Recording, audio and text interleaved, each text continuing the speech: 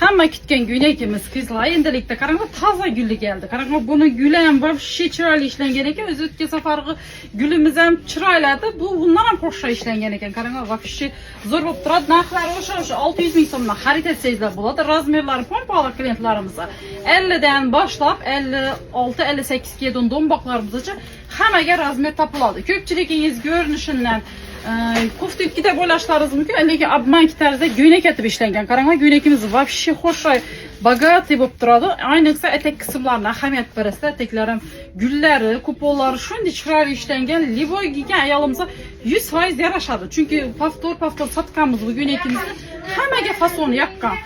Figura tanlamaydi. Livoy kiygan ayolimiz qarinli bo'lam, bo'ksali bo'lam, yarashib shunday yig'ib chiroylatib ko'rsatib turadi.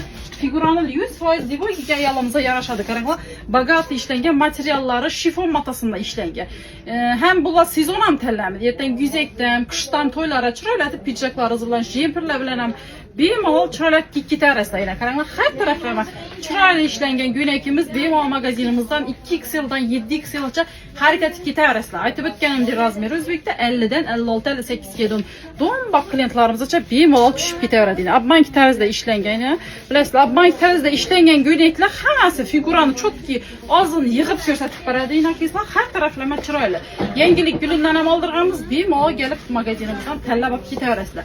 Bizlarni kuzatuvchi uzoqdan kelolmaydigan klientlarimiz uchun dostavka xizmatlarimiz ham bor. Dostavka kalam bemalol xarid etsangizlar bo'ladi. O'zim o'zbekda 48 ga 2XL razmerni kiyganman. Razmerlaringizni adminlarimizga aytsangizlar, ko'krak aylana, bo'ksa aylana, bel aylana hammangiz o'lchab beradi. Kelasizlar, sizlarni yanada kutib qolamiz.